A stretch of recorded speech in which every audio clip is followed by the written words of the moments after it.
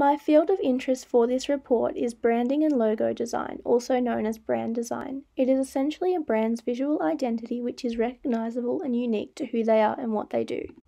I was lucky enough to interview Amy McKee, a graphic designer who has her own branding and logo design business called Beyond Branding.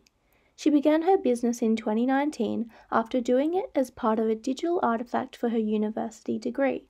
She detailed her love for branding and journeying with her clients throughout the highly collaborative process. Branding is just so much more than just like a logo. It's like, it's really much your identity. Like, we brand ourselves with our clothing, and that's our brand, you know? Her inspiration to start the business stems from her original digital artifact called Shea Magazine, where she worked collaboratively with peers and friends to produce a magazine showcasing each of the group members' talents. This is where she first learned about the process of design thinking in her field. Design thinking is essentially an approach to creativity and innovation which is grounded in the various processes and methods of a designer. The design thinking process is made up of 5 pillars: empathize, define, ideate, prototype, and test.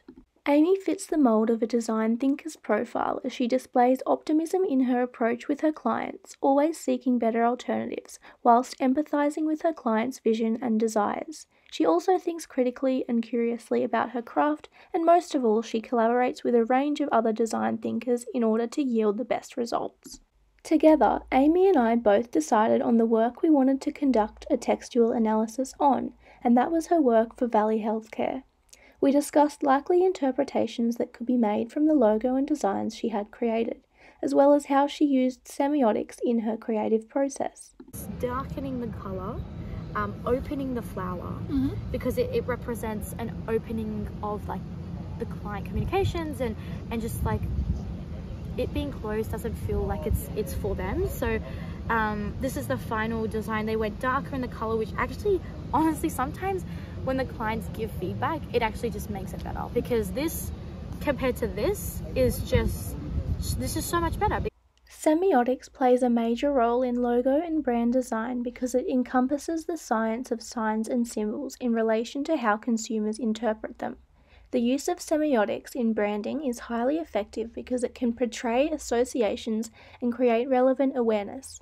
Semiotics is simply innovation and communication that is rooted in the lived experience of human beings. Certain colours and symbols can be culturally or even universally related to certain practices or services. In relation to Valley Healthcare, Amy has used colour, typography and symbols to create desired interpretations of the brand.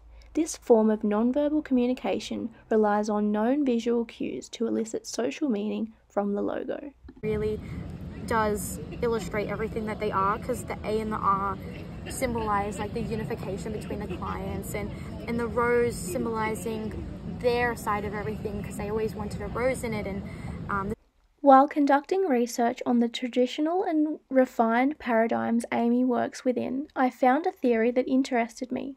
The Gestalt Principle revolves around the laws of human perception and explores how humans can group symbols, elements, and patterns and simplify these complex images into meaning. Entrepreneurs in the graphic design space have widely adopted these principles, and it is a key construct in the visual design methodology.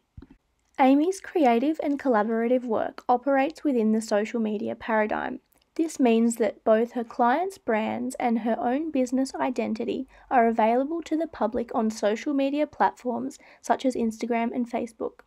Social media has given rise to brands' abilities to market themselves visually online, which for a graphic designer like Amy has brought about a new wave of entrepreneurialism due to her ability to utilize her branding skills for her own business in order to then do the same for others. Social media has allowed brands to cultivate relationships with their clients via social communities online, as well as revealing a new way of expanding networks. Amy discussed her ability to utilize friends and family members' marketing skills with her own work, and explained that through her use of hashtags on Instagram, she was able to be found by businesses seeking graphic designers all around the globe. There is no doubt that social media has elevated the phenomenon of entrepreneurialism in today's society, and for graphic designers it proves an invaluable launchpad to show off their portfolio of works for clients to access readily. Like them, and once they were finished, they were like, that? Perfect.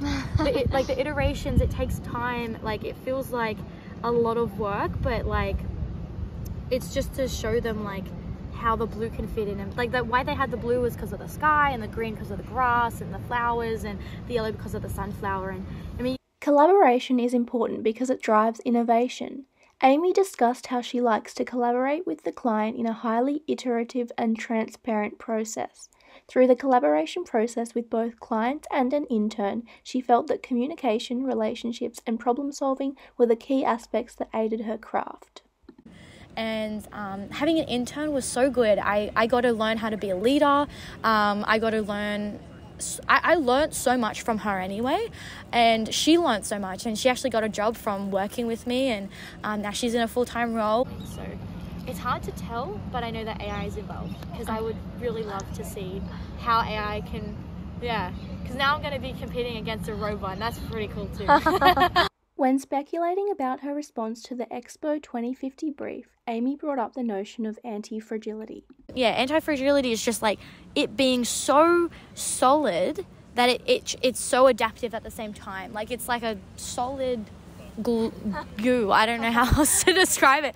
Amy's advice has informed my thematic direction as I will explore the concept of anti-fragility and how an idea or vision can stay concrete within a liquid and morphing society.